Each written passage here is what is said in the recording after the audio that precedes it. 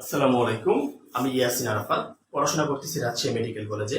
আজকের এই গাইডলাইন ভিডিওতে আমরা কথা বলবো তোমার এইচএসসি লাইফের কমপ্লিট বুক লিস্ট নিয়ে। অর্থাৎ দেখো, যারা এইচএসসি 27 ব্যাচ আসছো বা এসএসসি 25 ব্যাচ, এসএসসি 25 থেকে যারা 27 এ গেছো, তোমাদের টোটাল এইচএসসি লাইফে কি কি বই পড়তে হবে তার নিয়ে একটা কমপ্লিট গাইডলাইন হবে বিজ্ঞান শাখা শিক্ষার্থীদের জন্য। দেখো ভাইয়া, প্রথম কথা যে তোমাদের কয়টা সাবজেক্ট আছে, কয়টা পেপার আছে। দেখো, তোমাদের সাবজেক্ট হচ্ছে biology, chemistry, physics, higher math, ICT, Bangla, English. অর্থাৎ টোটাল সাবজেক্ট আছে 7টা সাবজেক্টের মাঝে 6টা সাবজেক্ট হচ্ছে 2টা বইটা, আর শুধুমাত্র আইসিটি হচ্ছে কি একটা পত্র।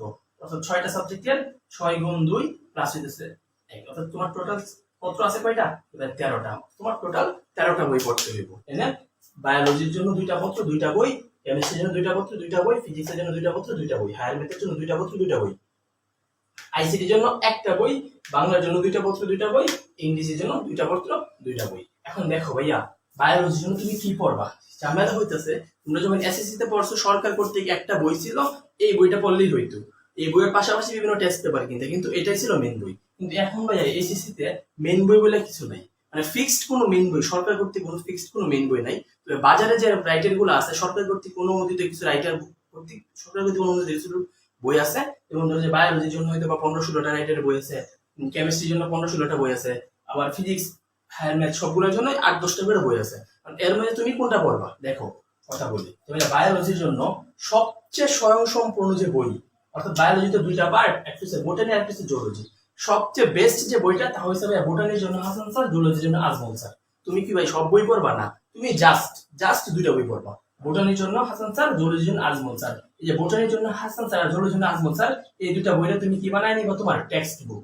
এই 2টা বই হয়ে গেছে তোমার টেক্সট বুক বা মেইন বুক। তুমি এসএসসি তে যেটা মেইন বুক হিসেবে চিনছো বা টেক্সট বুক হিসেবে চিনছো বায়োলজি বা জীববিজ্ঞান যে বইটা পড়ছো, অর্থাৎ এই একটা বই হইতেছে বোটানি হইছে হাসান স্যার, জুলজি হইতেছে আজমল স্যার। ভাই কেমিস্ট্রির জন্য কি পড়বা? কেমিস্ট্রির জন্য ফার্স্ট পার্ট সেকেন্ড পার্ট দুইটার জন্য হাজারি স্যারের বই পড়বা। ফার্স্ট পার্ট সেকেন্ড পার্ট দুইটার জন্যই হাজারি স্যারের বই পড়বা। Physics first part second part দুইটার জন্যই ইসাক স্যারের বই পড়বা। অনেকে এই জায়গায় তপন স্যারের বই পড়ে। তপন স্যারের বই পড়ে কেন? তপন স্যারের বই পড়লে একটু লস হতে পারে, তোমার জন্য একটু পরে বলতেছি। কিন্তু ভাই তুমি physics first part second part Ishaq স্যারের বই পড়বা। হায়ার ম্যাথে ভাই দেখো, কেউ কেউ পড়ে অসীম কুমার শাহ স্যার, কেউ কেউ পড়ে কেতাব স্যার, কেউ কেউ পড়ে এফ ইউ আহমেদ স্যার। তোমার যেটা ভালো লাগে, হায়ার ম্যাথ যে টিচারের কাছে পড়বা, এই টিচারে তোমার যা পড়াইবো তা পড়বা। কত হয়েছে যে কোনো একটা বইয়ের সব করবা। তুমি 3টা-4টা বই কিনলা ভাইয়া, কিন্তু পড়ো নাই। 3টা-4টা বই কিনলা কিন্তু পড়ো নাই। তুমি ফিজিক্সের জন্য আমার কথা শুনে নিয়ে নিলা ভাইয়া তপন স্যার, কিন্তু ভাইয়া তুমি টোটাল ক্লিয়ার করো নাই। তুমি ইসাক স্যারের বইটা 100% ক্লিয়ার করবা, সবকিছু পড়বে ইসাক স্যারের বই থেকে, তাই তোমার তপন স্যার লাগবে না। তুমি ইসাক স্যারও পড়ছো, তপন স্যারও পড়ছো, বাসা পড়ছো, সব পড়ো নাই, তাহলে ভাই তোমার আসলে একটাও পড়া হয় নাই।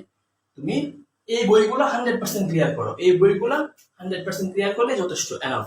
অর্থাৎ তোমার ফুল এইচএসসি লাইফে বায়োলজির জন্য আসান স্যার, জুলজির জন্য আজমল স্যার, কেমিস্ট্রির জন্য হাজারি স্যার, ফিজিক্সের জন্য ইসাক স্যার, হায়ার ম্যাথের জন্য ভাইয়া অসীম কুমার সাহা স্যারের বইটা কিনতে পারো, অনেক ভালো বই। কেতাব স্যারের বই কিনতে পারো। কিন্তু ভাইয়া যারা অনলি ফর ইঞ্জিনিয়ার, কেতাব স্যার কার লেগে?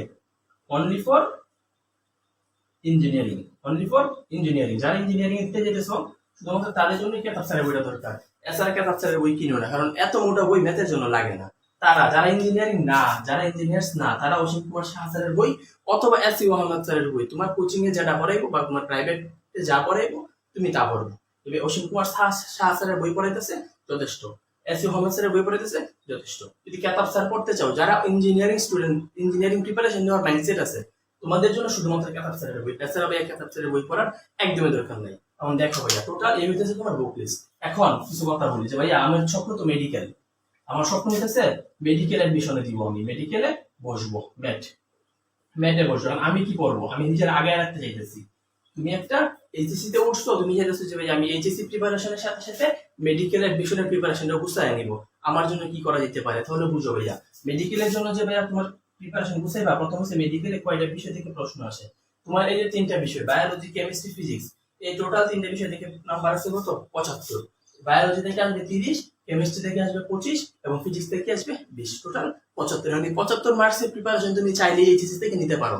ডে 1 থেকে তুমি এইচএসসি লাইফের ডে 1 থেকে তুমি 75 মার্কসের প্রিপারেশনটা নিতে পারো। যে ভাইয়া তুমি এইচএসসির জন্য যে বায়োলজি বই পড়তেছো, মেডিকেলের জন্য সেম বায়োলজি বই পড়বা। তুমি কেমিস্ট্রির জন্য যে বায়োলজি বই, কেমিস্ট্রি বই পড়তেছো, সেম বই পড়বা তুমি মেডিকেলের জন্য। তুমি এইচএসসির জন্য যে ফিজিক্স বই পড়তেছো, মেডিকেলের জন্য ভাইয়া সেম বই পড়বা। অর্থাৎ এই যে 3টা বিষয় 75 মার্কস, এই 75 মার্কসের প্রিপারেশন ভাইয়া তুমি ডে 1 থেকে নিতে পারো, যে ভাইয়া এগুলা পড়লে হইব না, অতিরিক্ত কিছু পড়া লাগবে। যে ভাইয়া তুমি যদি জাস্ট এই পার্টটাই ক্লিয়ার করো, এই বইগুলো যদি ক্লিয়ার করো, তোমার প্রিপারেশন ভাইয়া 95% ডান। যারা মেডিকেলের প্রিপারেশন বা ডেন্টালের প্রিপারেশন, মেডিকেল এন্ড ডেন্টালের প্রস্তুতি নিবা, তোমাদের জন্য বলতেছি ভাইয়া, এই botany, zoology Hasan sir, Ajmal sir, chemistry Hazari sir, physics Isak sir, এই বইগুলো যদি পড়ো, জাস্ট এই বইগুলো, বেশি কিচ্ছু লাগবে না, এই বইগুলো পড়লে ভাই তোমার প্রিপারেশন 95% ডান। এখন ভাইয়া আর কিছু জিনিস পড়া লাগে, যেমন ধরো যে এক্সট্রা ইনফো বায়োলজির জন্য, এই যে অন্য অন্য যত রাইটার আছে সকল রাইটারের বইয়ের এক্সট্রা ইনফো তুমি পড়বা, সেটা তোমার এইচএসসি লাইফে এখন পড়ার কোনো দরকার নেই। তুমি জাস্ট যে ভাইয়া মেডিকেল প্রিপারেশন আছে, আগে আরেকটা যাইতেছি, অনেকে তো অনেক রাইটারের বই কিনছে, যেমন বায়োলজির জন্য তুমি হাসান স্যারের বই কিনছো, অনেকে কিনছে আজিবুর স্যারের বই, মানে হাসান স্যারের সাথে আজিবুর স্যারের বই, আলিম স্যারের বই, মাজেদা ম্যাডামের বই, আরো অনেকগুলা বই আছে, কিন্তু ভাইয়া লাগবে না। তোমার কাছ কি, বোটানি হাসান স্যার আমি শেষ করবো, জুলজি আজমল স্যার শেষ করবো, chemistry Hazari sir, physics Isak sir, এই বইগুলোর মাঝে তোমার কোনো গ্যাপ না থাকে। যদি কেউ এইচএসসি লাইফে এই সবগুলা বই তুমি আয়ত্ত আনতে পারো ভাইয়া, শুনে রাখো, এই 75 মার্কসের প্রিপারেশন 95% তোমার ডান। কিন্তু ভাইয়া এই সবগুলা বই আয়ত্তে আনতে হবে, বাসা কইরা 3-4টা বই পড়লা তুমি, এই কিছু হাসান স্যারের বই দেখে পড়লা, কিছু আজিবুর স্যারের বই দেখে পড়লা, কিছু আলিম স্যারের বই দেখে পড়লা, তাহলে ভাই প্রিপারেশন কমপ্লিট হবে না। প্রিপারেশন কমপ্লিট হওয়ার একটাই শর্ত, বায়োলজি, কেমিস্ট্রি, ফিজিক্স, এই 6টা বই, 2টা 4টা 6টা, এই 6টা বই তুমি 100% ক্লিয়ার করবা। এতটুকু যদি করতে পারো, তোমার অ্যাডমিশন লাইফে অনেক আগায় থাকতে পারবা। অর্থাৎ যারা এইচএসসি প্রিপারেশন নিবা বা এইচএসসির জন্য বই কিনতে যাইতেছো, শুধুমাত্র এই বইগুলো কিনলেই হয়ে যাবে। সবাই ভালো থাকো, সুস্থ থাকো, দেখা হবে অন্য কোনো গাইডলাইন ভিডিওতে। আসসালামু আলাইকুম।